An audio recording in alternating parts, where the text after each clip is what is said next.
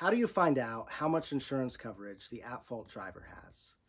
If you've been injured in an accident and you're working on negotiating a settlement with the at-fault driver's insurance adjuster, you are negotiating in the dark until you know what their policy limits are. If they have not yet disclosed what their liability limits are, you should ask them to do so. They may tell you, they may be willing to voluntarily disclose what their insured's liability limits are or how much coverage is available to pay on your claim. If they're willing to tell you over the phone, we'd highly recommend you also ask them to tell you in writing. You can request that they simply send you a certified copy of their insured's liability insurance declarations to you in writing. So the reason to do that is really twofold. It's possible that an insurance adjuster may not tell you the truth, so that's fairly unlikely, but it's also possible that an insurance adjuster may make a mistake. They're human. So if you ask for a certified copy and that they send it to you in writing, they're more likely to double check, and you're more likely to be able to have greater confidence that the number you've been told is accurate. So this first scenario assumes they'll tell you, and that's great. Let's hope they will. But what do you do if they won't? Sometimes we see insurance companies tell people who've been injured that we don't disclose what our limits are, or our policy is never to disclose what our limits are outside of litigation. Please know that that is nonsense, and you have a right to know this information. The Illinois Insurance Code requires insurance carriers to disclose this information, but it does put a few burdens on you first. So I'll put a link in the description to the statute and the full text of the statute because it's pretty short. But the statute will compel them to provide information to you about their insured's limits if you take certain steps. So the first thing you need to know is that you have to send them a certified letter that requests disclosure of their insured's policy limits. Second, with that letter, you have to send an accounting of what your medical bills are.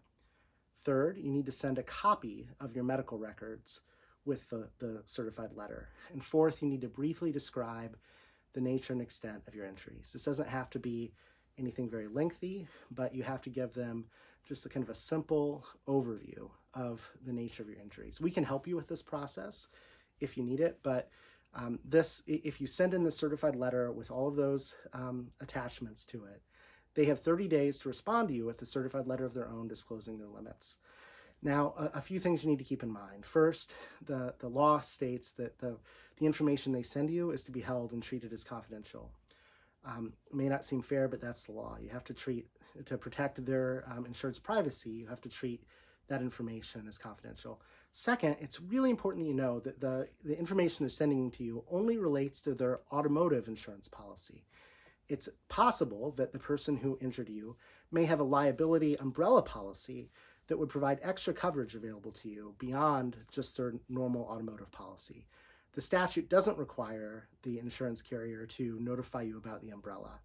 So what we'd recommend, if you reach a point where you think you might want to settle your case, you can make a condition of that they first get an affidavit from their insured that verifies that there is no umbrella coverage, that they've searched and double checked and made sure that there is no umbrella coverage available to you.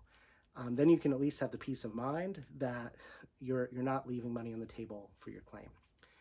As a related idea that you need to keep in mind, you may be covered on an underinsured policy, either your own auto policy or maybe a relative that you live with.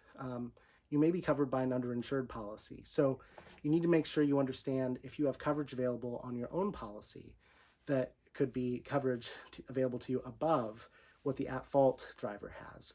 That's really one of the reasons you need to know what their limits are. If you find out that the at-fault driver has limits lower than your own, you need to notify your own insurance company of a potential underinsured claim.